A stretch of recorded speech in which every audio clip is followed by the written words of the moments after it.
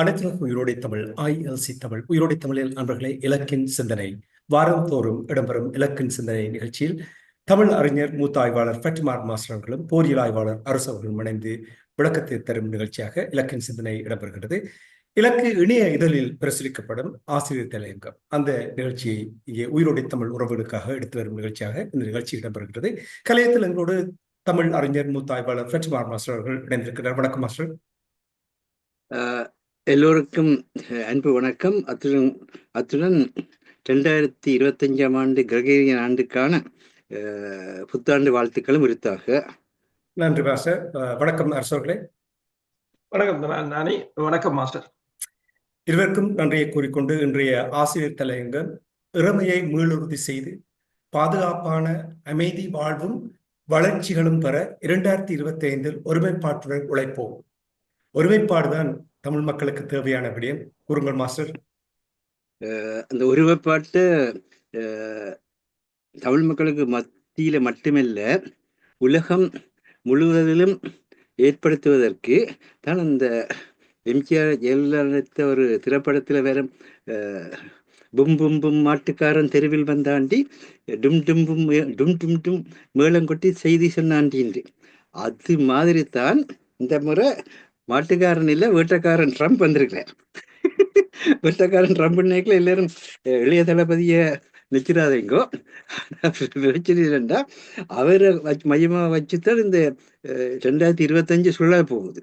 அதைத்தான் ஆசிரியர் ரங்கத்தில் நாங்கள் வலியுறுத்தி கூற விரும்புகிறோம். என்னென்றா, பாதுகாப்பான அமைதியும் வளர்ச்சிகளும் ஒவ்வொருவரும் தமது மக்கள் இறமைய பேரிட உண்மை நேர்மையாக அர்ப்பணிப்புகளுடன் உழைப்பதன் மூலமாகவே என்றும் நடைமுறை சாத்தியமாகும். நாங்கள் பாதுகாப்பான அமைதி வாழும் வளர்ச்சிகளும் பெற சொல்லி வாழ்த்துறோம். ஆனால் வாயால் வாழ்த்தி எதையுமே நடக்காது. தமிழனை பொறுத்தவரை வாயால் வடை சுடுறதான் பெரும்பாலும் நடக்கிற விடயம். ஆனால் இந்த 2025ஆம் ஆண்டுலையாவது இந்த வாயால் வடை சுடுறத நிறுத்தி போட்டு அர்ப்பணிப்புகளுடன் வாழ வேண்டிய ஒரு காலமாக வரப்போகுது. இந்த அர்ப்பணிப்பு என்பது, முதலாவது அர்ப்பணிப்பு என்பது தன்னைத்தானே கட்டுப்படுத்துறது. எனக்கு ஒருவருக்கு மேலே விருப்பு வரும், ஒருவருக்கு வெறுப்பு வரும். விருப்பு வரைகளை கட்டிப்பிடிச்சு கொஞ்சி வெறுப்பு வரைகளை தள்ளி விட்டு அப்படியான ஒரு முறையை கொண்டு போனால் அது அர்ப்பணிப்பு அல்ல. மக்களுடைய நலம், மண்ணினுடைய பாதுகாப்பு என்ற அடிப்படையில் எல்லாவற்றையும் தாண்டி செயற்படுற ஒரு ஆண்டாக இந்த ஆண்டு இருக்க வேண்டும். அதே நேரத்தில் இந்த 24ஆம் தேதி கிறிஸ்துமஸுக்கு முதல் நாள் கத்தோலிக்க திருச்சபையினுடைய தலைவராக இருக்கிற திருத்தந்தை பிரான்சிஸ் அவர்கள் பேதுரு தேவாலயம் என்பது இறைவனுடைய இறைமைக்கான சின்னமாக இருப்பது, அதனை மூடி வெளியே நின்று திருப்பி தட்டி திறந்து 2025ஆம் ஆண்டு ஜூபிலி ஆண்டாக பிரகடனப்படுத்தினார்கள். இஸ்ரேலிய மரபில், ஜூத மரபில் ஒவ்வொரு 7 ஆண்டு கொடுக்க அந்த ஆண்டில் நடந்த எல்லாவற்றையும் மதிப்பீடு செய்து மீளவும் எப்படி வாழ வேண்டும் என்று உறுதி எடுக்கிற ஆண்டு தான் இந்த ஜூபிலி ஆண்டு. அந்த வகையில் உலகத்தில் கடந்த 7 ஆண்டுகளாக நடைபெற்றிருக்கின்ற மாற்றங்கள் எல்லாத்தையும் கருத்தில் கொண்டு நம்பிக்கை என்றுமே ஏமாற்றாது என்கின்ற மையக்கருவில் இந்த 2025ஆம் ஆண்டு 2025ஆம் ஆண்டு எதிர்கொள்ள வேண்டும் என்கிற கருத்தில் தான் இந்த ஜூபிலி ஆண்டு பிரகடனப்படுத்தப்பட்டது. தமிழர்களை பொறுத்த மட்டும் இது மிக முக்கியமான ஒன்றாக இருக்கிறது. ஏனென்றால், நாங்கள் இறமையுடைய மக்கள் என்ற அந்த நம்பிக்கை தான் எங்களை வாழ வைக்கும். நாங்கள் இறமை உள்ள மக்கள் என்றதை நாங்களே விட்டு போட்டு ஓடிப்போய் நாங்கள் எந்த ஆட்சியாளர்கள் 48ஆம் ஆண்டிலிருந்து இன்றைக்கு மட்டும் ஈழத்தமிழர்களுடைய இறமையை, ஈழத்தமிழர்களுடைய தன்னாட்சியை, ஈழத்தமிழர்களுடைய தேசியத்தை நீக்குவதற்காக இன அழிப்பையே தங்களுடைய அரசியல் கொள்கையாக கொண்டு முன்னேறி கொண்டிருக்கின்றார்களோ அவர்களுடன் பேச்சுவார்த்தை நடத்த வேண்டும். அவர்களுடன் பேசத்தான் வேண்டும். எப்படி பேச வேண்டும் என்றால், எங்களுடைய தன்மானத்துடன் எங்களுடைய இனமானத்துடன் இதுதான் நமக்கு தேவை என்று சொல்லி வற்புறுத்தி பேசி வலியுறுத்தி அதை அடைவதற்கான முயற்சிகள் அடைய வேண்டும்.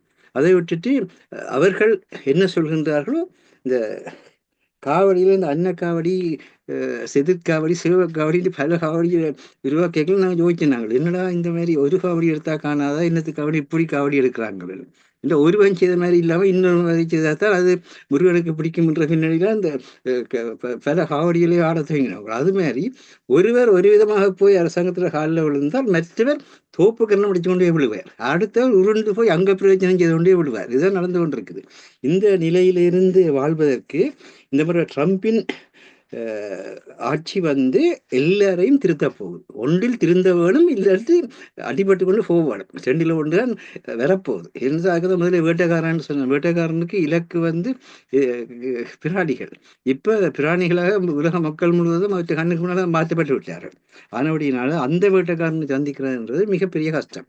அதை விட இங்கே வந்து எங்கட மக்கள், நான் சிங்களர்களை கூடவில்லை, தமிழ் மக்கள் வந்து இந்த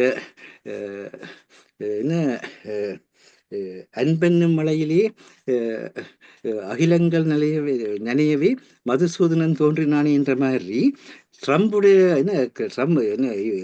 அனுரகுமார திசுநாயக்கனுடைய வருகையே தங்கள் மேல வந்து சிங்கள ஆட்சியாளர் புளிய போற அன்புண்டு எங்கட சனம் வந்து இப்பயே வந்து அந்த 7ஆம் தேதி தான் இந்த மூவிராசாக்கள் தினம் என்று முதல் ஜேசனர் வெளிப்படுத்தப்பட்ட அந்த ஜேசனை பிறந்து 3 வருஷம் மட்டும் இங்கே பிறந்திருக்கான்னு தெரியாது. ஆனால் கிழத்தேசத்தில் ஞானிகள் போய் அது அங்கே இப்படி ஒருவர் பிறந்திருக்கிறான்னு சொன்னதுல தான் ஜேசனர்கிட்ட பிறப்பு உலகுக்கு தெரிய வந்து. அதுதான் ரஷ்யா, மற்றது எகிப்து, இந்த நாடுகள் எல்லாம் இந்த ஜனவரி 7ஆம் தேதி தான் அவர்கள் தங்களுடைய கிறிஸ்மஸாக கொண்டாடுறது. அந்த மரபுக்கு மாறாக செலஸ்கி வந்து இந்த முறை வந்து மேற்குலகத்தோடு ஒட்டி கொண்டு 25ஆம் தேதி கிறிஸ்மஸை கொண்டாடித்தான் விடிஞ்சது முடியாத அடிபடி கொண்டு உட்கார்ந்துருக்கிறேன். இந்த மாதிரி பக்கத்து நாடுகளோட சேர்ந்து கொண்டு அவையில நலன்களுக்காக ஒட்டினால் என்ன நடக்கும்ன்றது ரஷ்யா காட்டி போட்டிருக்குது. அவர் தான் செய்த பண்பாட்டி, அதாவது அந்த பிரதேசத்து பண்பாட்டியை மீறின செயலை பற்றி அக்கறை இல்லாமல் அவர் வந்து கிறிஸ்மஸ் காலையில் அடிச்சு போட்டாண்டு கத்தி கொண்டு இருக்கிறார். ஆனால் அவங்களுக்கு கிறிஸ்மஸ் இல்லை, நீ உருவாக்கின கிறிஸ்மஸ், நீ உருவாக்கின கிறிஸ்மஸை வச்சுக்கொண்டுதான் அந்த மாதிரி ரஷ்யா நடந்திருக்கு. அது மனிதாயத்துக்கான எதிரான செயல். அதை நாங்கள் அரசியல் ரீதியாக சிந்திக்கிறது வேறு. ஆனால் இது பிரச்சனை என்னென்னா, இந்த நாடுகளோட போய் ஒட்டி கட்டி பிடிச்சி வாழ்றவே இருக்கணும். அவை இப்படித்தான் அடி வேண்டியதான். ஒட்டி பிடிச்சி வாழைக்குள்ள வந்து தங்களோட மக்களோட பண்பாட்டை மறந்து போயிடுவாங்க. மக்களோட பண்பாட்டை மறந்தாங்களோ மக்கள்கிட்ட உதவ வேண்டுவாங்க. மக்கள்கிட்ட கையில் ஆயுதம் இருந்தால் உதவ வேண்டுவான், இல்லாட்டி வந்து அந்த பிரதேசத்தில் யார் ஆட்சியாளர் இருக்கணும் அவன்கிட்ட உதவ வேண்டுவான். இதுதான் இப்போ நடந்து கொண்டு இருக்குது. அப்போ அது அந்த வகையில் தான் இது என்ன ட்ரம்புடைய வருகைன்றது உலக பொருளாதார மந்த நிலையை வரி விதிப்புகளால் ஏற்படுத்த போகுதுன்ற ஒரு அச்சத்தை பொருளாதார ஆய்வாளர்கள் சொல்லுகின்றார்கள். அதே மாதிரியாக பாதுகாப்பு பணம் கொடுத்து வாங்கு, அது ஐரோப்பிய ஒன்றியமாக இருந்தாலும் சரி அல்லது வேறு எந்த நாடாக இருந்தாலும், நான் உன்னை பாதுகாக்கிறதுக்கு தான் வாரேன். நான் வந்தால் உலகத்தில் யுத்தமே நடக்காது. எப்படி யுத்தம் நடக்காவிடும்? உனக்கான எந்தெந்த ஆயுதம் தேவையோ அவ்வளோத்தையும் என்னோட காசு கொடுத்து வேண்டும். இது வந்து ஒரு வர்த்தக நோக்கிலான ஒரு உலக பார்வையை தவிர மக்களை ஒருங்கிணைச்சு மக்களுடைய பிரச்சனைகளை தீர்க்கிற சிந்தனை அல்ல. அந்த மாதிரியான ஒரு நிலையில தான் இங்க என்ன அரசியல்லையும் வந்து அது வந்து 3வது உலகப் போரை ஏற்படுத்தும் அச்சத்தோட 2025 எதிர்கொள்ள வேண்டிய ஒரு சூழ்நிலை இருக்கிறது. அப்படியான நேரத்துல வந்து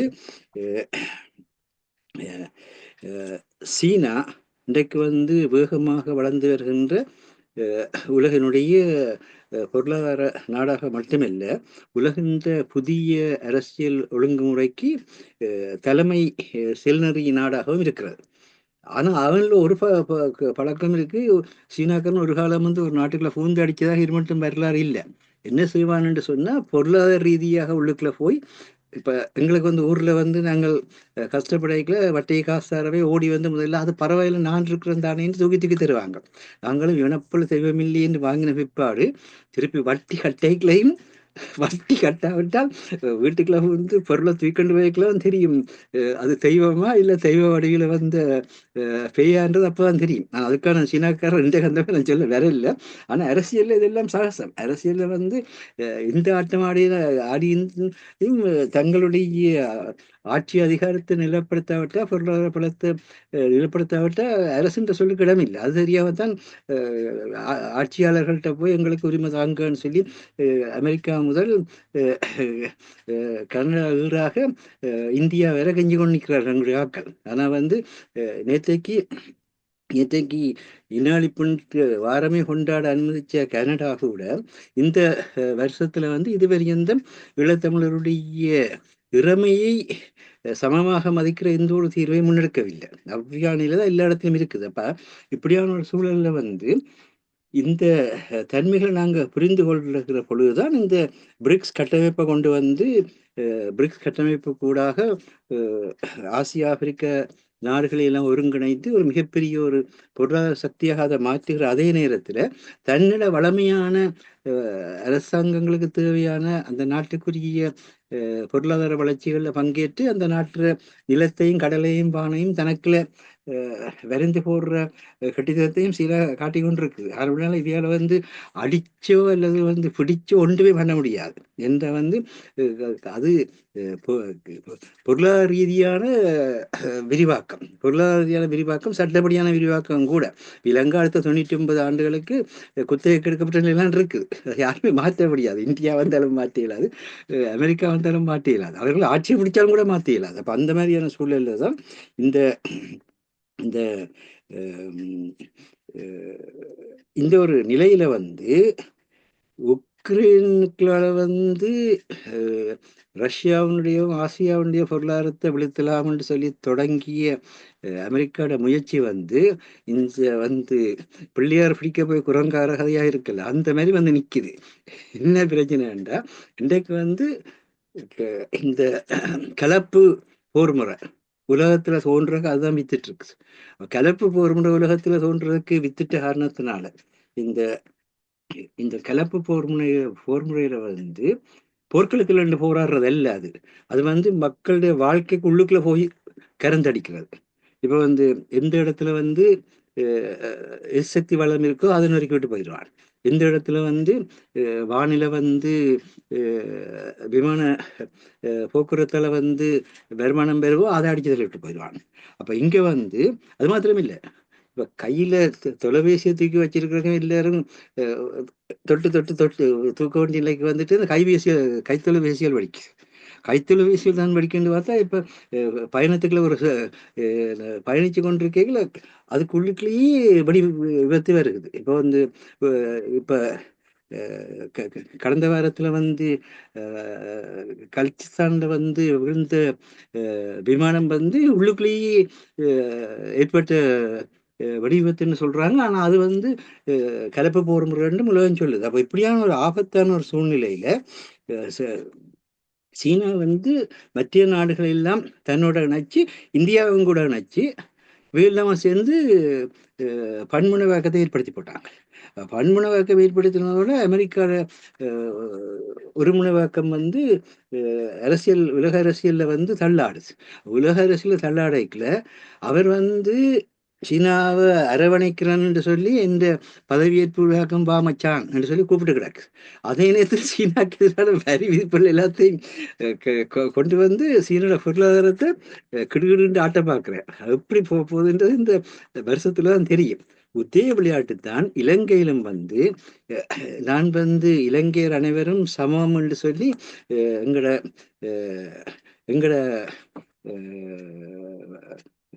அனுரகுமார கிருஷ்ணனுக்கும் என்ன மார்க்சிய மொழியில பேசுறார். அடுத்த பக்கத்துல வந்து அந்த இலங்கையர் எல்லாம் சமம்ன்றது வந்து பிக்குகளுடைய மொழியில மாறுது. பிக்குகள் மொழியில மாறுகின்ற பொழுது அவர் மிக தெளிவாக சொல்றாரு. என்ன இந்த அவர்கிட்ட அமைச்சர் சொல்லி இருக்கிறார். இப்ப பௌத்த சாசன அமைச்சர் வந்து அரசியலமைப்பிலேயே திருத்தத்தை கொண்டு வர்ற என்ன மாதிரின்னு சொன்னா பௌத்தத்தை எதிர்த்து யாருமே பேசக்கூடாது. பௌத்தத்தை எதிர்த்து யார் பேசினாலும் கூட அது நாட்டுக்கு எதிரான குற்றமாக மாறிடும். அதே மாதிரி வந்து இங்க வந்து நாங்கள் அனைவரும் ஸ்ரீலங்கன்ஸ் என்ற அந்த கருத்தியலுக்கு எதிராக யாராவது பேசினால் அதுவும் கிரிமினல் குற்றமாக மாறிடும். அப்படின்னா தேசியத்தையும் பேசலாது, நீங்க மத ஒடுக்குமுறையும் பேசலாது, நீங்க இன ஒடுக்குமுறையும் பேசலாது, நீங்க மொழி ஒடுக்குமுறையும் பேசாது. இதுதான் மஹிந்தாவும் யார் கோத்தபாயம் நேரடியாகவே சொன்னாங்க. இங்க இனப்பிரச்சனையே இல்லை, ஒரு இனம் தான் இருக்கு, ஸ்ரீலங்கா தான் இருக்கிற அவர் வழிப்பிரியா சொல்லிட்டு போயிட்டாங்க. அடுத்தவர் நாங்க சிங்கள பௌத்த மக்களாக விஷயப்பட்ட நாங்க இங்க எந்த விதமான அரசியல் பயிருக்கும் இடமில்லைன்னு சொல்லி உண்மையை நேர்மையாக சொல்லப்பட்டு போட்டார். ஆனா இவர் என்ன செய்யறாருன்னு சொன்னா, ஒரு நேரத்துல சீனாவோட கம்யூனிஸ்ட் மயமா நிற்கிறார், அடுத்த இடத்துல பார்த்தா அமெரிக்காவோட முதலாளித்துவ வடிவாகவே காட்சியளிக்கிறார். இது ரெண்டுக்கு நடுவில் பிராந்திய மேலாண்மையை வலியுறுத்தி கொண்டிருக்கிற இந்தியாவோட பார்த்தா இந்தியாவோட தோழனா மாறிடுறார். இதன் மூலமாக இந்தியாவோட கடைசி முறை போனபோது கூட 33 செயற்திட்டங்கள்ல கையெழுத்து போட்டிருக்காரு. அந்த 33 வடக்கு கிழக்குல தான். அப்ப என்னன்னு சொன்னால், இந்தியர்களையும் தமிழர்களையும் கொழிவு வைக்கிற விளையாட்டு எத்தான் ஜியாரஜத்தனான் செய்தார். ஏனென்றா அங்க இந்தியா எப்பயாவது தமிழருக்கு சாதகமான நிலை எடுத்தா, நீ ஏன் இங்க நிற்கிறேன்னு முதல்ல பாதிக்கப்படுற தமிழர்கள்லாம் குரல் எடுப்பார்கள். பாதிக்கப்படுற தமிழர்கள் குரல் எடுக்கல ஆட்டோமேட்டிக்காகவே இந்தியாவையும் இலங்கையையும் கொழிப்படி விசிலடிச்சு கொண்டிருக்கலாம். அப்ப அதன் மூலமாக இந்த மாதிரியான சிக்கல்கள் எல்லாம் வளர்ந்து வர்ற நேரத்துல இந்த நட்புறவாடல்கள், பாச உறவாடல்கள் எல்லாம் வேஷமே தவிர அவனவன் தனது வக்ர புத்தின்னு சொல்லுவார் பேரரசு சிவத்தம்பி. இதை வக்ர புத்தின்னு சொல்லுவார். அதாவது நான் இதைத்தான் செய்ய வேணும்ன்ற ஒருவன் முடிவெடுத்து அவன் போடுற ஆட்டத்துக்கு பேர் அந்த வக்ர புத்தின்றது.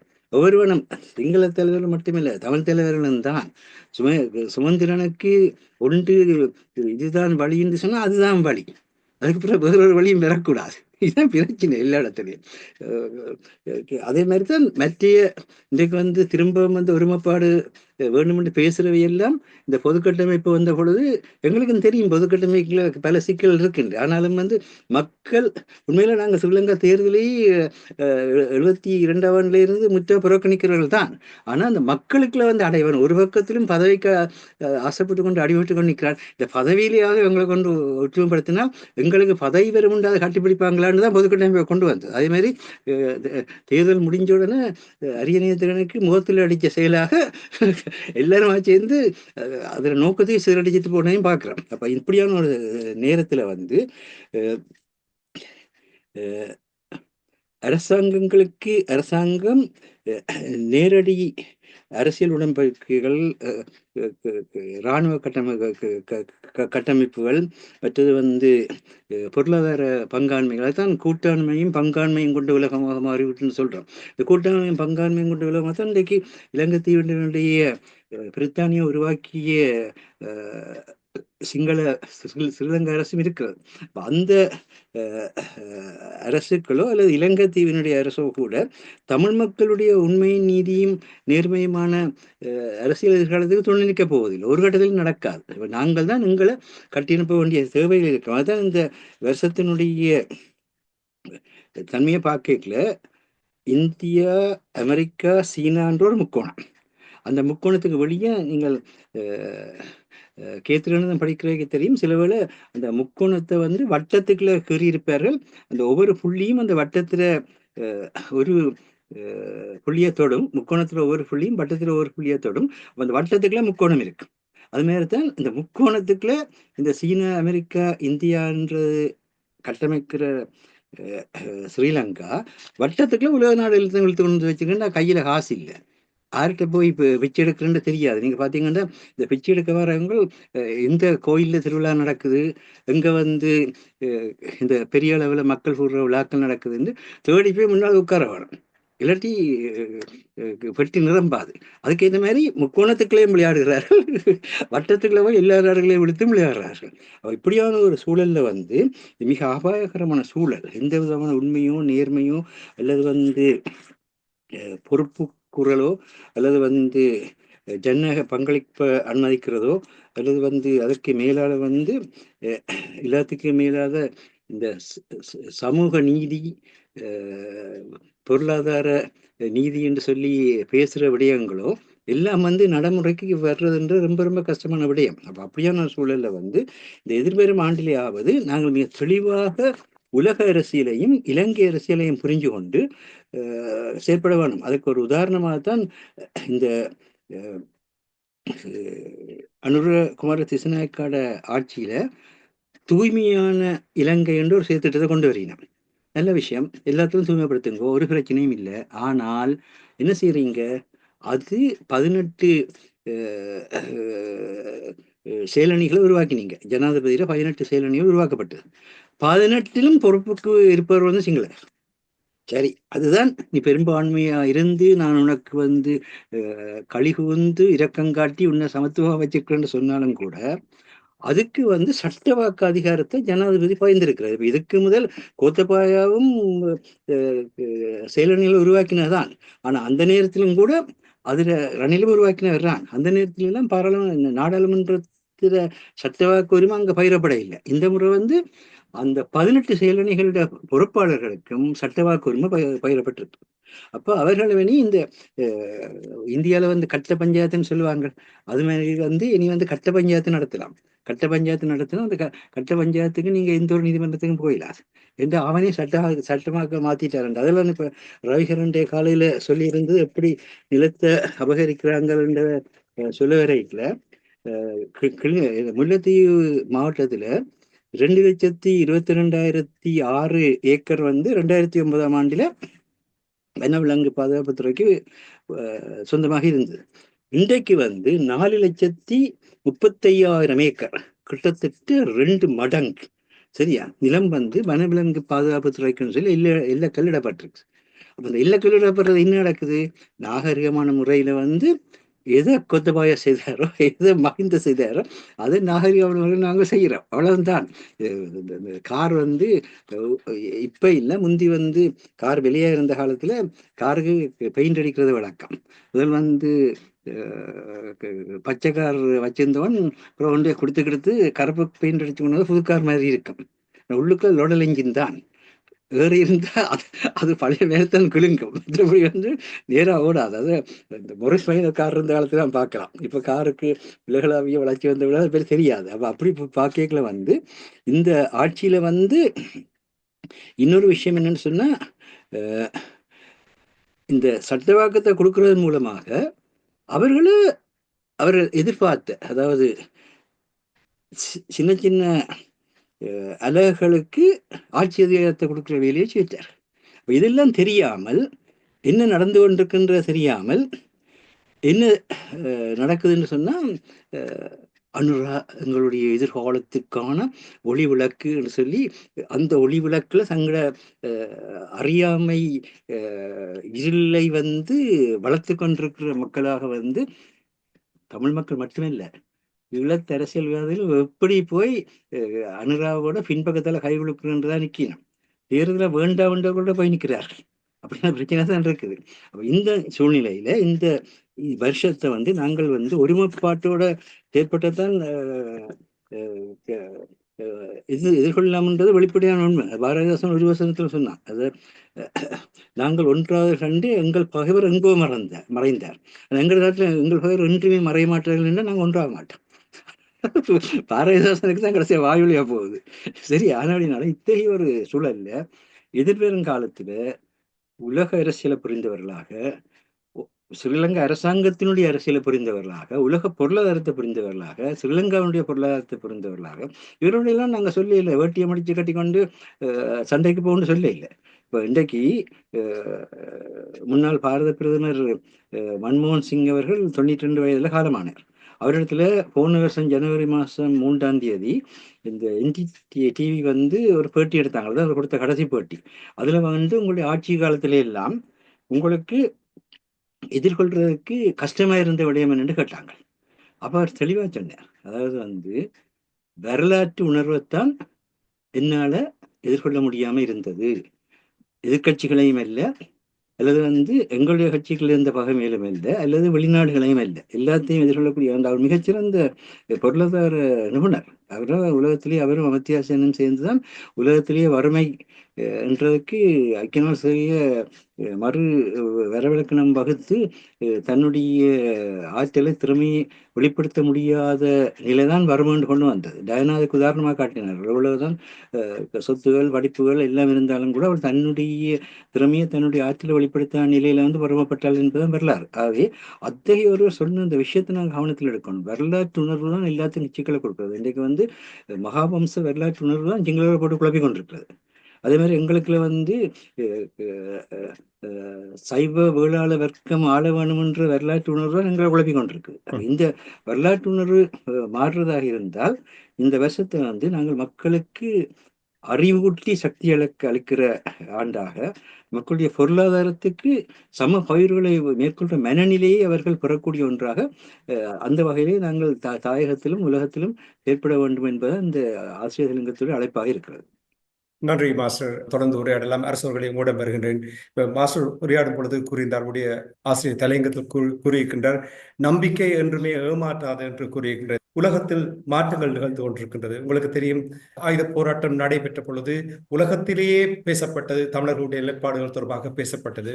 ஆனால் ஆயுத போராட்டம் மௌனிக்கப்பட்ட பின்பு 2009ஆம் ஆண்டுக்கு பின்னர் ஒரு இஞ்சு கூட நகராத ஒரு நிலைமை, ஒரு தேக்க நிலையைத்தான் பார்க்கக்கூடிய இருக்கின்றது. இப்ப மாஸ்டர் கூறினார், உலகத்தில் உடைய அரசியலை புரிந்து கொள்ள வேண்டும், பொருளாதாரத்தை புரிந்து கொள்ள வேண்டும், அதன் பால் செயல்பட வேண்டும் என்று கூறும் பொழுது உங்களுக்கு தெரியும், வந்திருக்கின்ற மாற்றம், அதாவது அனுர குமார திசாநாயக்காவை இருக்கட்டும் அல்லது வரப்போகின்ற மாற்றமாக இருக்கட்டும், டொனால்ட் ட்ரம்ப், பிரிக்ஸ் அமைப்பு போன்றவை, இவற்றை எவ்வாறு தமிழ் மக்கள் பயன்படுத்தலாம் என்பதுதான் என்னுடைய சிந்தனையாக இருக்கின்றது. ஏனென்றால் நீங்கள் பார்த்தீர்கள் என்றால் தமிழர்களை பொறுத்தப்பட்ட மண்ணிலும் சரி புலத்திலும் சரி சிதைந்து போய் இருக்கிறார்கள், சிதறி போய் இருக்கிறார்கள். வந்தவர்கள் எல்லோரும் ஒவ்வொருத்தரும் ஒவ்வொரு விதமான கருத்துக்களும், ஒவ்வொரு அமைப்புகளும், ஒவ்வொரு இணையதளங்களும், யூடியூப் சேனல்களும்.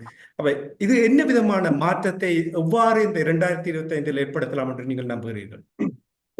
உண்மைதான். இப்ப 2024 பொறுத்தவரையில் நீங்கள் பார்த்தீர்கள் என்று சொன்னால், அதாவது இந்த உலகின் மனித வரலாற்றில் மிக அதிக அளவான தேர்தல்கள் இடம்பெற்ற ஆண்டாக கடந்து செல்கின்றது.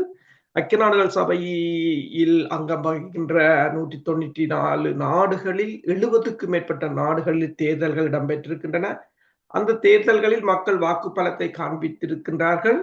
அது மட்டுமல்லாது தேர்தல் அல்லாத நிகழ்வுகளும் பெருமளவில் நிகழ்ந்திருக்கின்றன. சிரியாவில் ஏற்பட்ட ஆட்சி மாற்றம், ஜெர்மன் அரசு வீழ்ந்தது, தென்கொரிய அதிபர் பதவியை இழந்தது, பங்களாதேசத்தின் அதிபர் கசீரா இந்தியாவுக்கு தப்பியோடியது, ஈரான் அதிபர் கொல்லப்பட்ட பின்னர் ஈரானில் தேர்தல் இடம்பெற்றது என்று பல அரசியல் மாற்றங்களை சந்தித்து இது நகர்ந்து கொண்டு செல்கின்றது இந்த 2024.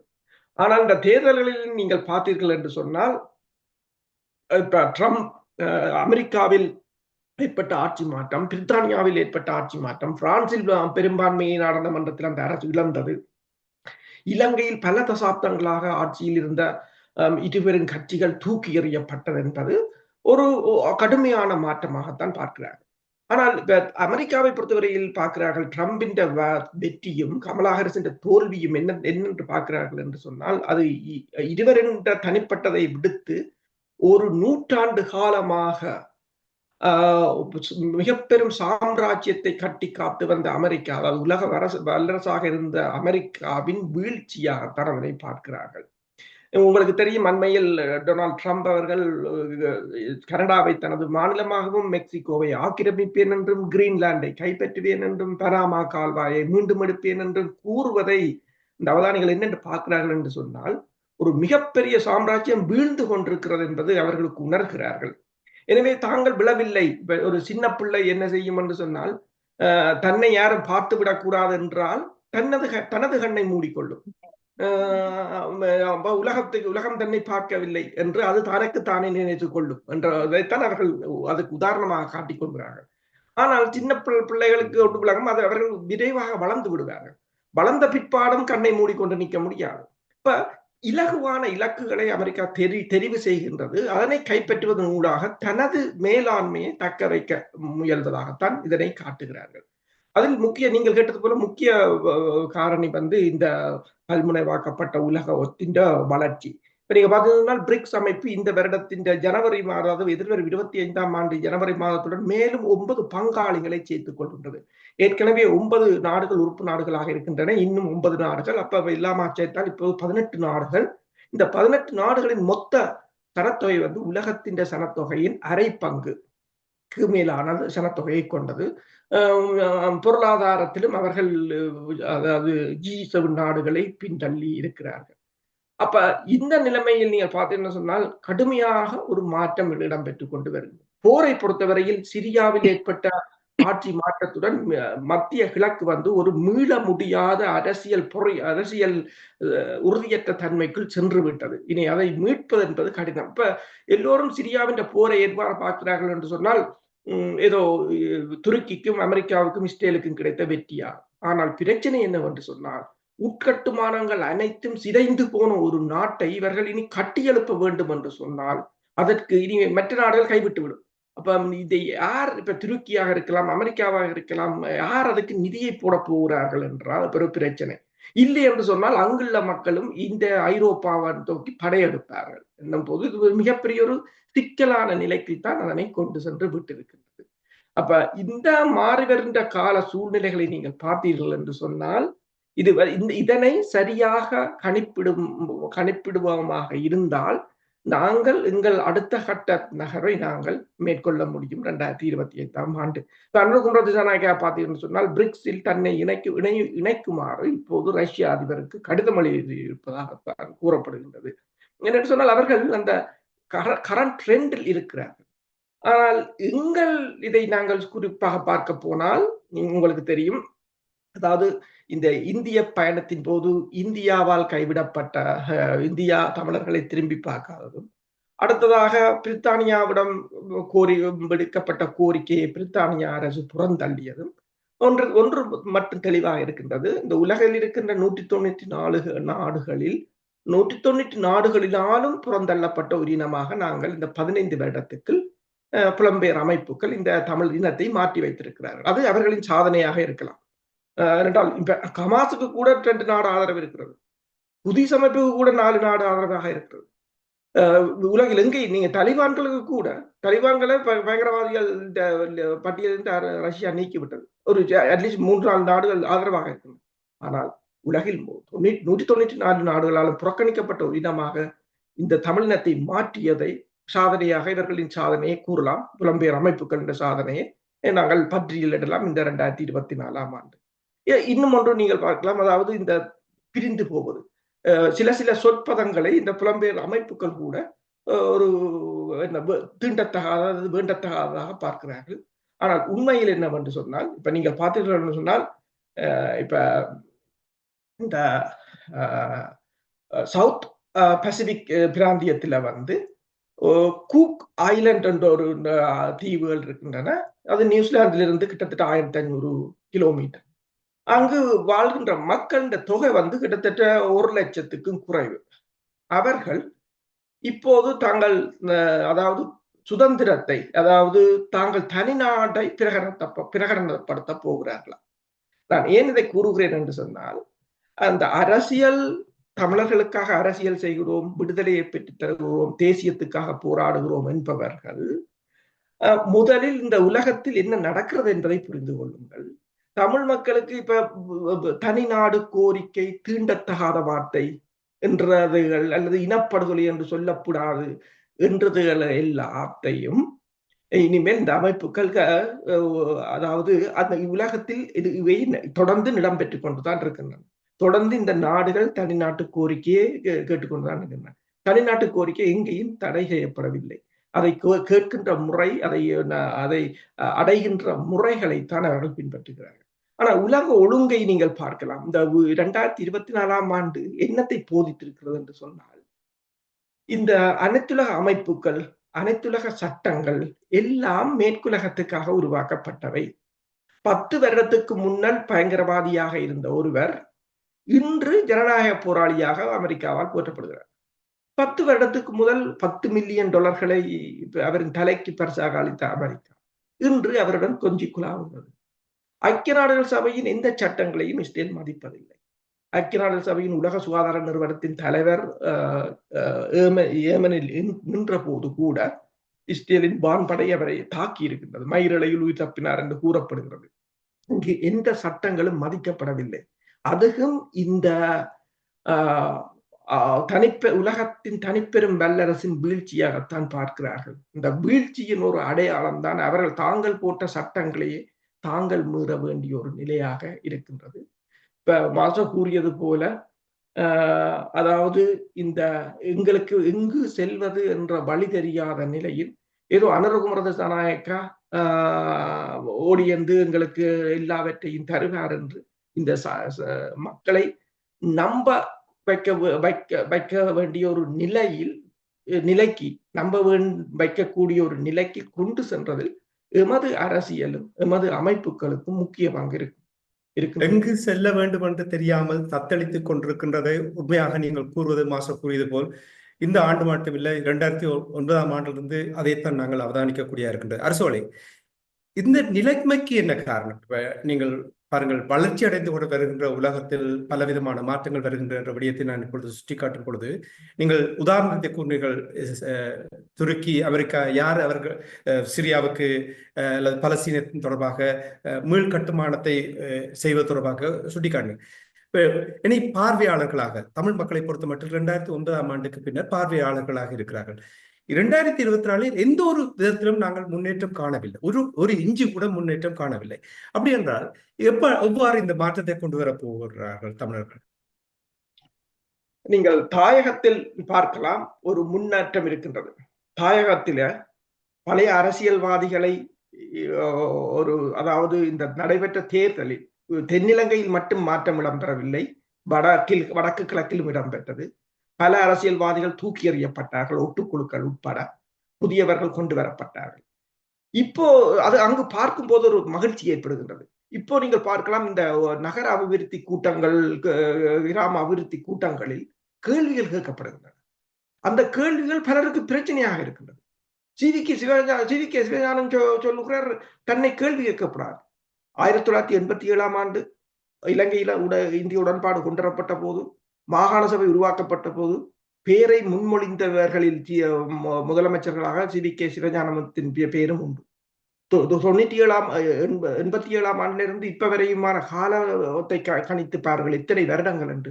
இத்தனை வருடங்களில் நீங்கள் என்ன செய்தீர்கள்? இன்னும் உங்களை கேள்வி கேட்க கூடாது என்றால் என்ன?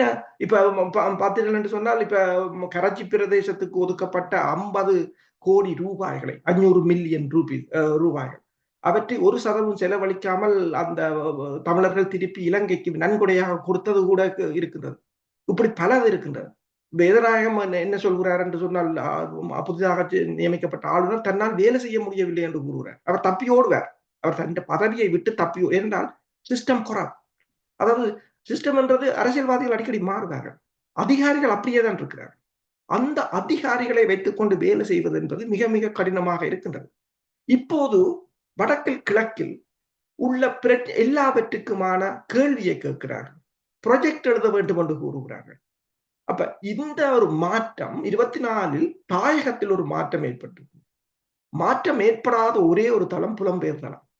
ஆனால் அந்த தாயகத்தில் ஏற்பட்ட மாற்றம் கட்டாயம் இங்கேயும் ஒரு அசைவை கொண்டு வரும். அல்லது தனியாக புலம்பெயர் அமைப்புகள் தனியாக தங்களுக்கு தாங்களே பேசிக்கொள்வது என்று கூறுவார்கள். அதே போல தங்களுக்கு தாங்களே இயங்கிக் கொண்டிருக்க வேண்டிய ஒரு நிலைக்கு தள்ளப்படுவார்கள். என்ற அங்கு ஒரு இளைஞர்கள் இப்போது சிந்திக்க தொடங்கிவிட்டார். இப்ப ஏவிபி இந்த வரவிலும் பார்த்தீங்கன்னு சொன்னால், இந்த இளைஞர்களின் பங்களிப்பு கூட. இப்ப உதாரணமா நீங்க பாத்தீங்கன்னா, முன்னர் இந்த இலங்கையின் தேர்தல் முறைமை தொடர்பாக வெளிநாட்டு நிறுவனங்கள் ஆய்வு செய்த அறிக்கைகளை பார்த்துகின்றதனால் இலங்கையின் அரசியலில் இளைஞர்களின் பங்களிப்பு குறைவாக இருந்தது என்ற குற்றச்சாட்டுகள் தான் முன்னர் தொடர்ச்சியாக முன்வைக்கப்பட்டிருக்கிறார். அந்த நிலைமையை இந்த 2024 மாற்றியிருக்கின்றது. அது தாயகத்திலும் எதிரொலித்திருக்கின்றது. இப்ப தாயகத்தில் இப்போது கூட்டங்களுக்கு போவதற்கு அரசியல்வாதிகள் பயப்படுகிறார்கள், தலைதறிக்க தப்பி ஓடுகிறார்கள். அது அந்த நிலைமை இங்கேயும் அந்த நிலைமை மாறுமாக இருந்தால் அது மாற்றும். தாயகம் புலம்பெயர் தேசத்தை அசைக்கும் என்றுதான் நான் நினைக்கிறேன். நன்றி அரசுகளை. மாஸ்டர், உங்களிடம் வருகின்றேன். நீங்கள் ஆரம்பத்தில் உரையாடும் பொழுது வாயால் வடை சுடுவதை நிறுத்திவிட்டு செயல்பாடு தொடர்பாக நீங்கள் சுட்டிக்காட்டுகின்றீர்கள். நான் எப்பொழுதுமே சிந்தித்துக் கொண்டிருப்பேன் மாஸ்டர், இவ்வளவு திறமையும் எங்களிடம் ஆளுமை மற்றும் பொருளாதார பலம் இருக்கின்ற நிலையில் தமிழர்கள் இன்னும் புலம்பெயர்ந்த நாடுகள், இப்போ குறிப்பாக அரசு கூறியது போல் மண்ணில் ஒரு மாற்றம், சிறிய மாற்றம் வந்திருந்தாலும் புலம்பெயர்ந்த நாடுகளில் அந்த மாற்றத்தை எந்த விதத்திலும் பார்க்க முடியவில்லை. ஒவ்வொரு ஆண்டையும் பார்க்கும் பொழுது உறுதிமொழி எடுப்பார்கள், ஏதோ அர்ப்பணிப்போடு செயற்படுவதை காட்டுகிறார்கள். ஏன் இந்த மாற்றத்தை ஏற்படுத்த முடியாமல் இருக்கின்றது? இப்ப உங்களுக்கு தெரியும், கூட்டாக ஒன்று செயல்பட முடியவில்லை என்றால் நீங்கள் ஒன்றுமே சாதிக்க முடியாது என்பது ஒரு இலகுவான விடயம். இங்க பாருங்கள், எத்தனையோ பேர் இருக்கிறார்கள், எத்தனையோ சமூக வலைத்தளங்களில் நிறைய விடயங்களை, கருத்துக்களை எல்லாம் முன்வைக்கிறார்கள். ஆனால் ஒரு கூட்டு முயற்சியால் மட்டுமே நாங்கள் சாதிக்க முடியும் என்ற அந்த விடயத்தை இவர்களால் புரிந்து கொள்ள முடியாமல் இருப்பதற்கு என்ன காரணம்? இது ஒரு நல்ல கேள்வி. உளவியல் குறித்த ஆய்வாளர்கள் வே ஆஃப் திங்கிங், அதாவது சிந்திக்கிற முறைமை பற்றி கூறுகின்ற பொழுது ரெஸ்பான்சிவ்னஸ், ரிஃப்ளெக்ஷன், ரீசன் அண்ட் ரீஎவல்யூஷன் என்று சொல்வார். அதாவது நாங்கள் எதை பேசுகின்ற பொழுதும் பொறுப்புடன் பேச வேண்டும். என்னுடைய வார்த்தை அடுத்தவரை அசைக்கக்கூடியதாக இருக்க வேண்டும். அடுத்தவரில் எந்த தாக்கத்தையும் ஏற்படுத்த இல்லைன்னு சொன்னால் அது வெற்றி வார்த்தை தான். அப்போ அதுக்கேற்ற மாதிரி ரெஸ்பான்சிவ்னஸ், பொறுப்புள்ளவராக பேச வேண்டும். அடுத்தது ரிஃப்ளெக்ஷன், அது வாழ்வியலே பிரதிபலிக்க வேண்டும். வாழ்வியல் ஒரு பக்கமாக போய் கொண்டிருக்கல நான் லட்சிய உலகத்தையோ அல்லது கற்பனை உலகத்தையோ அல்லது மயக்கிற உலகங்களையோ நாங்கள் பிரதிபலித்தோம் என்றால் அது அர்த்தம் இல்லாமல் போகும். அதே மாதிரி அடுத்தது ரீசன், இதற்கும் காரண காரிய தொடர்பு வேணும். காரண காரிய தொடர்பு இல்லாமல் எந்த ஒரு நிகழ்வும் நடக்காது. வினையினப்பட்டது நினைக்குங்காலை, அதான் சிந்திக்கிறது. நினைக்குங்காலை வேற்றுமையின்றி, அதுக்கப்புறம் உனக்கும் அதற்கும் இடையில அது அவன் சொல்லிச்சுதான் இவன் சொல்லிச்சுதான் நான் அவருக்காச்சு அவருக்கு அந்த கதையெல்லாம் கதைக்க இயலாது. இவருக்கு நினைக்கல போனா வேற்றுமையின்றி காலம் தோன்றும். காலத்துல உன்னுடைய சிந்தனையோ சொல்லோ செயலோ வெளிப்படைகள் நீ வினை செய்த நிலைக்கு வார. அப்ப இங்க அவங்களை மாத்திட்டாங்கள், இவங்கள் எங்களை பேக்காட்டிட்டாங்கள். இதானே அரசியல் இருக்குது. அரசியல் என்ன தந்த செல்வநாயகம் போய் பண்டான கடை கட்டதும் அப்படித்தான். நீ உங்களோட வாக்கு வங்கியை பலப்படுத்திட்டு நான் என்ன செய்ய? அப்ப அவன் தான் சொன்னது, மாவட்ட சபையை கொடுத்து இதை கொண்டு ரகசியமா வச்சிருங்க, பார்லிமெண்டத்தை கொண்டு வந்த ஏற்பாடு செய்யுங்க. அடுத்த நாள் கிளம்புறது நாங்கள் சிங்கள பிரதமரையே ஆட்சி படைச்சிட்டோம், வெண்டுட்டோம் என்று சொல்லி வாயால வட சுட்டதெல்லாம் பிரச்சனையை பார்த்தது. சரியா? அப்ப அப்படி இருக்கேங்கள இன்னொன்றும் இருக்குது. Aim is to deepen understanding, அதாவது எப்பயும் ஆழமாக கொண்டு புரிந்து கொள்ள வேணும். அந்த நோக்கு இல்லாவிட்டால் வாழ்க்கையில் எத்தமற்றதாகும். அதுக்கு அடுத்து the hope is that by doing philosophy we learn to think better, to act more wisely, and thereby help to improve the quality of all our lives. வடிவாக வச்சுக்கொள்ளுங்க. அதாவது நாங்கள் எப்பயுமே சிறப்புற சிந்திக்கப்படும் உள்ள சிறத்தல்னு சொல்லும் தொல்காப்பியம். என்னட்ட என்ன இருக்கோ அதை எப்படி நான் சிறப்புள்ளதாக முன்னெடுத்து கொண்டு போகலாம்னு சிந்திக்க வேணும். அப்ப அப்படி செய்யக்குள்ளதான் நீங்கள் புத்தி சாதுரியமாக, அதுதான் அறிவின் தெளிவென்றும் ஞானம்னு சொல்லுவாரு. அதோட நீங்க தெளிப்படாவிட்டால் நீங்க நாய் கூட ஒரு நேரத்துல உங்களோட வாழாட்டி கொண்டு வரும், நீங்க தடவலாம். இன்னொரு நேரத்துல அது கொஞ்சம் உடல்ல இரிட்டேஷனோடு இருக்கே கை வச்சிங்கன்னா பகுதியில் அடிச்சு விட்டுரும். உங்களோட வாழாட்டி கொண்டு நாய் தான் கடி பண்ணி கொண்டு வருவீங்க. அதனால நீங்கள் அந்த ஆக்மோ வைஸ்லின்றது இல்லாவிட்டால் அதான் இப்ப அரிஸ்டுட்டி காட்டிய விஷயம். அதாவது ஊர்ல அனுபவம் அறிவுத்தெளிவை கொடுக்கும். சரியா? ஒன்றில் நான் முன்கூட்டியே தீர்மானித்து பாதுகாப்பு பெற வேணும். அப்படி இல்லைன்னு சொன்னா அனுபவத்துக்குள்ள நீ பாதுகாப்பு பெறத்தான் பண்ணணும்னு அடிச்சு கொண்டு விடும். எல்லாத்துக்கும் அப்படித்தான். சரியா? அதனால ஊர்ல அனுபவம் 15 இப்ப இந்த வருஷத்துல 16 வருஷம் வரப்போகுது. 16 வருஷங்களாக 16 வருஷம் ஒரு குழந்தை இளைஞனாகிற காலம். சரியா? அப்ப அவ்வளவு காலம் எந்த மாதிரி அந்த குழந்தை அந்த மாதிரி தான் அந்த இளைஞன் செயற்படுவான், அல்லது அந்த இளம் பெண் செயற்படுவாள். 16ஆவது வருஷத்துல நிற்கிறான். ஆனா இந்த முள்ளிவாய்க்கால் இனஅழிப்பை பற்றி எந்த விதமான அறிவித்தலும் ஒரு இடத்துலையும் கிடையாது. அதான் விஷயம். அப்ப அந்த தன்மையில பார்க்கிற பொழுது நாங்கள் thereby help to improve the quality of all our lives. எல்லா வாழ்க்கையின் எல்லா துறைகளும் முன்னேற்றப்பட வேண்டும். அதுக்கு என்ன தேவை? துறைசார் நிபுணர்கள் தேவை, அர்ப்பணிப்புடன் உழைக்கிற உழைப்பாளிகள் தேவை, அதனத்தில் அதற்கான சமூக மூலதனம் தேவை. இந்த மூன்றும் இல்லாவிட்டால் நீங்க ஒன்றுமே செய்ய மாட்டீங்க. இது மூன்றையும் சிங்கள அரசாங்கம் பயன்படுத்துகின்ற பொழுது அல்லது இந்திய அரசாங்கம் பயன்படுத்துகின்ற பொழுது எங்களுடைய மக்கள் அதற்குள் போகின்றார்கள். அப்படி இருக்க நீங்களே 13வது திருத்தத்தை வச்சு கூத்தடிச்சு நிற்கிறீங்கன்னு வீரேசில் ஒரு கட்டுரையை வந்தது. அந்த வீரேசில் வந்த கட்டுரையில இந்த 13வது திருத்தம்ன்றது இன்றைக்கு வந்து யாராலுமே தேவையற்ற ஒன்றாதான் இருக்கு. கஜேந்திரகுமார் பொன்னம்பலம் அவர்கள் யாழ்ப்பாண பாராளுமன்ற உறுப்பினர் கூட சொல்லியிருக்கிற இந்தியா இதை பற்றி பேசாம இருந்தால் மகிழ்ச்சியா இருக்கும். இப்போ உங்களுக்கும் இதால பிரயோசனம் இல்லைன்னு தெரியுது.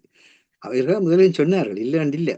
ஆனா எல்லாருக்கும் அதால பிரயோசனம் இல்லைன்னு தெரிஞ்சாலும் அது இந்தியா தன்னுடைய இறைமை கூட்டமைப்பை கூட்டாண்மை இறைமை கூட்டாண்மையை ஏற்படுத்துவதற்கு கொண்டு வந்து ஒரு மிகப்பெரிய ஒரு சட்ட மூலம் அது இந்தியாவுக்கு தேவையாங்க. இந்தியா சொல்லி கொண்டு தான் இருக்கு. அதுக்குள்ள நாங்கள் தலையிட வேண்டிய அவசியமே இல்லை. நீ சொல்லிப்பேர், அவன் கேட்டுப்பேர், 2 பேரும் சேர்ந்து ஒன்றடியா ஆடினால் நீ சீனாட்டு அடிய வேண்டு, அமெரிக்காட்டு அடிய வேண்டு, 2 பிரச்சனையிலும் தள்ளி இருந்துருவான். அதை விட்டு போட்டு அதுதான் எல்லாம்னு சொல்லி செல்வம் அடைக்கலாம் வந்து புதிய அரசியலமைப்புக்கு அவர் செய்திருக்கிற முதலாவது சிபாரிசு இந்த 13வது கொண்டு வந்துருங்க. இதுதான் அது சிரிப்புக்கு நகைப்புக்கிடமான விடயம். எல்லாம் வந்து போராட்டம் நடந்த காலத்திலே மண்ணில இருந்த ஆக்கள் இல்லைன்றும் இல்லை. அப்ப அப்படியான ஒரு சூழ்நிலையில நாங்க பார்க்கின்ற பொழுதுதான் இங்க வந்து இன்றைக்கு அமெரிக்கா வந்து இந்த போர்க்களங்கள் மூடப்படுவதை மறைமுகமாக வந்து மீள் நிறுவிக் கொண்டிருக்கிறார்கள். அது பலருடைய கருத்தாக இருக்கிறது. இப்ப ரஷ்யா வந்து ஸ்லோவாக்கியாவோட முன்னிலையில வந்து தாங்கள் பேச்சுவார்த்தைக்கு ஆயத்தம்னு சொல்றாங்க. ஆனா இது எப்படியோ குழப்பி போடுவாங்க. என்ன பிரச்சனை? ஆனா உக்ரைன்ல வந்து இப்ப நான் சொன்ன மாதிரி தான் இப்ப அரசியல் மாப்பிள்ள நாங்க சொல்லும் மாப்பிள்ள இப்ப அனுபவ ஞானத்துல நிக்கணும். அனுபவ ஞானத்துல நிக்கிறபடினால அவை வந்து இஞ்சால காலம் எடுத்தால் இந்த பக்கத்துல உதவலும், அங்கால காலம் எடுத்தால் அந்த பக்கத்தால உதவலும்னு சொல்லி திருசங்க சொர்க்கத்துல நிக்கணும். இதுதான் தமிழக நிலை. இந்தியாவுக்குள்ள இருந்து காலம் எடுத்தா இந்தியா உதைக்கும், இந்தியாவில காலம் எடுத்தா அமெரிக்கா உதைக்கும். அந்த மாதிரி நிக்கணும் எல்லாரும். அப்ப அந்த தன்மையில இருந்து நாங்கள் விடுபடுறதாக இருந்தால், நீங்க கேட்டீங்க ஏன் இவ்வளவு காலம் விடுபட இல்லைன்னு சொன்னால், இந்த அறிவு வளர்ச்சி எல்லாம் யாரால வருகுது? இளம் பிள்ளைகள் இந்த அறிவு வளர்ச்சியை பெறுறதாலாம் வருகுது. என்னத்துக்காக வேண்டிய 13வது வகுப்பு மட்டும் படிக்க வேணும்னு எல்லா அரசாங்கங்களும் ஏன் கஷ்டப்படுத்தி படிப்பிக்குதுகள்? நீங்க சொல்ற மாதிரி இதுதான் வாழ்க்கை, நீ இப்படித்தான் செய்ய வேணும், இதுக்கு எதிராக செய்தான்ட்டு நீ நாட்டுக்கே துரோகி, இதுக்கு எதிராக செய்தான்ட்டு நீ மக்களுக்கே துரோகின்ட்டு ஒரு நூலை அடிச்சு கொடுத்து போட்டு நிம்மதியா பிள்ளைகளை விட்டு அதில் ஓடி திரிஞ்சு விளையாடுங்கள். ஏனென்றால் நாங்கள் வந்து முதல் அறிவூட்ட வேணும். அறிவூட்டுறத வந்து பொருளாதாரத்தால அந்த பொருளாதார அதை பயன்படுத்தி அவன் வாழ்வதற்கான பொருளாதார திசையை காட்ட வேணும்.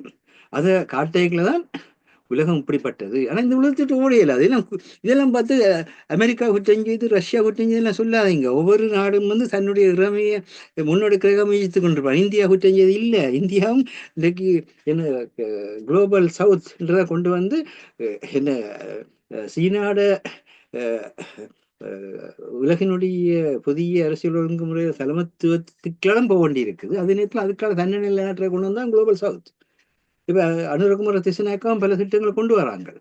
அது நல்ல விஷயங்களாக சிங்கள மக்களுக்கு இருக்குது. ஏன்னா அவங்க எல்லாருமே தங்கட அதிகாரத்தை நிலப்படுத்துறத கொண்டு வர்றத நீ ஏனையா போய் உனக்கு வந்து மாலையிட்டு கூட்டி கொண்டு வச்சு உனக்கு வந்து பிரியாணி தந்து பிரச்சனையை தீர்க்க போறான்னு ஏனையா வாரா? இதனையா பிரச்சனை. நான் ஒன்னா மக்களை வாழ விடுங்க, விவசாயிகளையும் தொழிலாளர்களையும் மாணவர்களையும் வைத்தியர்களையும் அத்தோட சேர்த்து வந்து எங்களோட நாடுகள் வந்து இறை நம்பிக்கையுள்ள நாடுகளாக இருக்கிறதாக ஒவ்வொரு சமயத்தினுடைய குருக்களையும் வாழ விடுங்க. அவர்கள் வாழுகின்ற இன்றைக்கு அமெரிக்கா ஸ்வீக்ஸ் நேஷனலிசம் அதான் கொண்டு வருது. ஒவ்வொரு ஸ்வீக் சொசைட்டியை உருவாக்குங்க, அதுக்குள்ள நேஷனலிசத்தை கொண்டாங்க. அந்த நேஷனலிசம் வந்து லிபரல் பெட்ரியோட்டிசமாக, அதாவது மண்ணுக்கு மேல இருக்கிற பற்றென்பது தாராண்மைவாதமாக நீங்க வாழ்ற நிலையாக வரட்டும்னு சொல்லி எல்லாம் கொண்டு வர்றாங்க. இதுகளில் அவங்க கட்டியமைக்கிறதா நாங்களுக்கு 2024 மட்டும் 15 வருஷம் கதைச்சு கலைச்சதான் சொல்றோம். இந்த 16வது வருஷத்துலயாவது ஒவ்வொரு துறைசார் ஆக்களுக்கும் சிறிய சிறிய குழுக்கள் ஊர்ல கூட சனம் சேவை நிலையங்கள், விளையாட்டு கழகங்கள், நாடக குழுக்கள், இப்படி எல்லாம் குழுநிலையான ஊர் இயங்கிச்சுது. அவனும் வந்து அதுக்கு விரும்பின இடத்துல போய் தன்னுடைய வாழ்க்கையை மகிழ்ச்சியாக அமைத்த இதெல்லாம் இல்லாம இருக்கிறவங்க ஊர்ல வந்து எந்த நேரம் எல்லாம் போச்சுது ஒட்டியதை கொண்டு ஓடிக்கு சேனா. இந்த எதிர்காலத்திலேயாவது இந்த இந்த இந்த அதாவது முதல்ல வந்து அறிவு சார்ந்த குழுக்களை உருவாக்குங்கோ, அடுத்தது தொழில் சார்ந்த குழுக்களை உருவாக்குங்கோ, அறிவும் தொழிலும் இணைகின்ற பொழுது அடுத்தது வந்து வழிகாட்டுற குழுக்களை உருவாக்குங்கோ. இது 3 இணைகின்ற பொழுது அதனுடைய பின்னணியில நீங்க பொருளாதாரத்தை அரசியல் அமைத்தீங்களா இருந்தா நிச்சயமாக வந்து அமையும். அல்லாவிட்டால் அனுரகுமார திசாநாயக்கா தன்னுடைய விருப்பப்படி அமைத்து கொண்டு வர அந்த அரசியல்ல அந்த நெல்லுக்கு இறைக்க நீர் புல்லுக்கு மாங்கே பொசிமான்றது கூட எங்கள் மக்களும் வந்து புல்லுக்கு அங்கனைக்கு 1-2 ஒவ்வொரு இடத்திலும் வந்து தாங்கள் நன்மை பெற்றதோட வரலாறு முடியும். இதுதான் நடக்க போற ஆபத்தான விடயம். நன்றி மாஸ்டர். நாங்கள் நிகழ்ச்சியை கொண்டிருக்கின்றோம். அரசு அவர்களின் மிகவும் சுருக்கமாக இன்னும் 3-4 நிமிடங்கள் மட்டுமே இருக்கின்றது. 2024ஆம் ஆண்டு முடிவுக்கு வந்துவிட்டது. 2025ஆம் ஆண்டு இப்பொழுது வர இருக்கின்றது. ஒருமைப்பாட்டோடு உழைப்பதென்றால் ஒரு சிறிய விடயத்தை செய்வதாக என்னை பொறுத்த மட்டும் 2004ஆம் ஆண்டை ஒரு தோல்வியான எந்த ஒரு முயற்சியும் எடுக்க முடியாத ஒரு ஆண்டாகத்தான் பார்க்கிறேன். ஒரு சிறிய மாற்றத்தை ஏற்படுத்தலாம் என்றால் 2005இல் என்ன விதமான மாற்றத்தை எவ்வாறு ஏற்படுத்தலாம் என்று நீங்கள் உங்களால் கூற முடியுமா? ஏதாவது வழி இருக்கிறது? உண்மைதான். ஒரு 2024ல தாயகத்தில் ஏற்பட்ட மாற்றம் ஒரு கடந்த 15 வருடங்களில் ஒப்பிடும் போது மிக ஒரு உன்னதமான மாற்றம். பொது கட்டமைப்பு என்று ஒருங்கிணைந்திருந்தார்கள். அரசு தலைவர் தேர்தலில், நாடாளுமன்ற தேர்தலில் தடையையும் அகற்றி தண்டனையையும் வழங்கியிருந்தார்கள். அதற்கு பிற்பாடு நீங்கள் பார்க்கலாம், அங்கு பரபரப்பாகத்தான் இருக்கின்றது. அமைச்சர்கள், முன்னைய அதிகாரிகள் எல்லாம் இப்போது கணக்கு வழக்கு அறிக்கைகளை தேடி தேடி எடுத்துக்கொண்டு வர வேண்டிய ஒரு நிலையை அங்கு கொண்டு வந்திருக்கிறார்கள். அப்ப இதே ஒரு நிலைமையை புலம்பெயர் தேசம், இப்ப நாங்கள் கூறியது தோல்வி என்றது புலம்பெயர் தேசத்தில் தான் அந்த தோல்வியை நாங்கள் பார்க்கின்றோம். எந்தவித மாற்றமும் அற்ற ஒரு என்னென்று சொல்வது, அசைவற்றவை என்னென்று சொல்வது என்று சொன்னால் சடலங்கள் என்றுதான் கூறலாம். எந்த ஒரு முன்னேற்றமும் இல்லை, முன்னுக்கு நகரவில்லை, பின்னுக்கு நகரவில்லை என்னும் போது உயிர் பெற்ற ஒன்றாகத்தான் இருக்கிறோம். அதனை மாற்ற வேண்டும் என்று சொன்னால் இந்த தாயகத்துடன் இணைந்து பயணிப்பதற்கான அவர்கள் எவ்வாறு மாறினார்கள், அவர்கள் எவ்வாறு இதனை கொண்டு வந்தார்கள், அவர்கள் எவ்வாறு அந்த நிர்வாகத்தை தட்டி கேட்கிறார்கள், அவர்கள் எவ்வாறு இந்த அதாவது சேர்த்திறனற்றவர்களை அகற்றினார்கள் என்பதை கண்டறிந்து இந்த 2025ஆம் ஆண்டு, எதிர்வருகிற 25ஆம் ஆண்டிலாவது அதனை நிவர்த்தி செய்பவமாக இருந்தால் புலம்பெயர் தேசத்தில், இரண்டால் உலகம் மாறுகின்றது, உலக நாடுகள் மாறுகின்றன. இலங்கை அரசு மாற்றி தனது மாற்றத்தை ஏற்படுத்தி கொண்டு வந்திருக்கின்றது. இப்ப உதாரணமாக அனுரகுமார திசாநாயக்கா பிரிக்ஸுக்கு போட்ட கடிதத்தை நீங்கள் பார்க்கலாம். இந்தியாவுக்கு போறதை பார்க்கலாம், சீனாவுக்கு போறதை பார்க்கலாம். உலக நாடுகள் மாற்றத்தை உள்வாங்குகின்றன, அதற்கேற்ப மாறுகின்றன. மாறாத ஒரே இடமாக இந்த புலம்பெயர் தேசத்தின் அமைப்புகளும் கட்டமைப்புகளும் செயற்பாடுகளும் தான் இருக்கின்றன. அதுவும் மாறவில்லை என்று சொன்னால் தாயகத்துக்கும் எங்களுக்கும் இடையில், ஏனென்றால் அவங்க மாறும் போது நாங்கள் மாறவில்லை என்று சொன்னால் அந்த இணைப்பு சரி வராது, அது முற்றாக அறந்து போகும். புதிதாக உருவாகுவார்கள், புலம்பெயர் தேசத்தில் புதிதாக உருவாகுவார்கள். ஆனால் இனி வரும் காலங்களில் அதனை இவர்களால் தடுக்கவும் முடியாது. அந்த புதிய மாற்றம் ஒன்று கட்டாயம் இந்த 25ஆம் ஆண்டு உருவாகும் என்றுதான் நான் நினைக்கின்றேன். என்னென்று சொன்னால் இவர்களின் அதாவது உலகின் புதிய மாற்றங்களை உள்வாங்கவில் மறுக்கும் போது அந்த தடை உடையும் என்று நான் நினைக்கிறேன். அதற்குரிய முன் செயற்பாடுகள் உண்மையில் புலம்பெயர் தேசத்தில் ஏற்பட வேண்டும் என்பதுதான் எங்களோட விருப்பம். நம்பிக்கை என்றுமே ஏமாற்றாது என்று மாஸ்டர் கூறியிருந்தார் அவருடைய ஆசிரியர் தலையங்கத்தில். அந்த நம்பிக்கையோடு நாங்கள் இன்றைய நிகழ்ச்சியை கொண்டு வரோம். நீங்கள் கூறுவது போல் தமிழர் தாயகத்தில் ஒரு சிறிய மாற்றத்தை பார்க்கக்கூடிய, உங்களுக்கு தெரியும், பொது வேட்பாளராக நிறுத்தப்பட்ட பொழுதும் கிட்டத்தட்ட 3 லட்சத்துக்கு மேற்பட்ட மக்கள் தங்களுடைய விருப்பத்தை வெளிப்படுத்தி இருந்தார்கள். அதுக்கு எவ்வளவு குளறுபடிகள் இருந்தாலும் மக்கள் தங்களுடைய நிலைப்பாட்டை வெளிப்படுத்தி இருந்தார்கள். அதே போல் பொது தேர்தலின் பொழுது சிறிய ஒரு மாற்றத்தை ஏற்படுத்தியிருக்கிறார்கள். இளையவர்கள் சிலர் வந்திருந்த அந்த மாற்றங்களை கொண்டு வருவதற்கு இப்பொழுது அவர்கள், அதாவது மூத்த அல்லது நீண்ட காலமாக தமிழ் அரசியல் பரப்பிலிருந்து எந்த விதத்தை ஒரு தாக்கத்தை ஏற்படுத்தாதவர்களுக்கு சிலர்களுக்கு ஓய்வு கொடுத்திருக்கிறார்கள். இன்னும் சிலர் போயிருக்க வேண்டும். அவர்கள் போயிருந்தால் பெரிய ஒரு மாற்றத்தை பார்த்திருக்கலாம். ஆனால் நீங்கள் கூறுவது போல் புலம்பெயர்ந்த நாடுகள் இருக்கின்ற அந்த கூட்டு முயற்சியினால் ஒரு தாக்கத்தை ஏற்படுத்த முடிந்தால்தான் எங்களுடைய இலட்சியத்தை அடையலாம் என்று கூறிக்கொண்டு இன்றைய இலக்கின் சிந்தனை நிகழ்ச்சியை இத்தோடு நிறைவு கொண்டு வருகிறேன். நிகழ்ச்சியில் பங்கெடுத்த தமிழ் அறிஞர் மூத்த ஆய்வாளர் ஃபெட்டிமார் மாஸ்டர் அவர்களுக்கும் பொறியியல் ஆய்வாளர் அரசு அவர்களுக்கு நன்றியை கூறி தனாஞானி இந்த நிகழ்ச்சியை நிறைவு கொண்டு வருகின்றேன். நன்றி, வணக்கம் மாஸ்டர். நன்றி, வணக்கம் அரசு அவர்களே. நன்றி, வணக்கம். எமது பார்வையாளர்களுக்கு வணக்கம். மக்களின் குரலாய் ஓங்கி ஒலிக்கும் இலக்குமின் இதழ் மற்றும் உயிரோடை தமிழ் வானொலி ஆகிய இவ்விரு ஊடகங்களும் உங்களைப் போன்ற எமது நேயர்கள் நண்பர்களின் ஆதரவிலேயே இயங்கி வருகின்றன. மிக குறைந்த வளங்களுடன் பல இடர்கள் மற்றும் தடைகளை தாண்டி பயணிக்கும் எமது ஊடகங்களின் பணிகள் மேலும் வளர உங்களால் முடிந்த நிதியுதவியை வழங்கி இன்னும் காத்திரமான செயற்பாடுகளை முன்னெடுக்க உதவுமாறு மிகவும் பணிவன்புடன் வேண்டி நிற்கின்றோம். உங்கள் பங்களிப்பு உங்களின் உரிமை குரலாய் ஓங்கி ஒலிக்கும். நன்றி.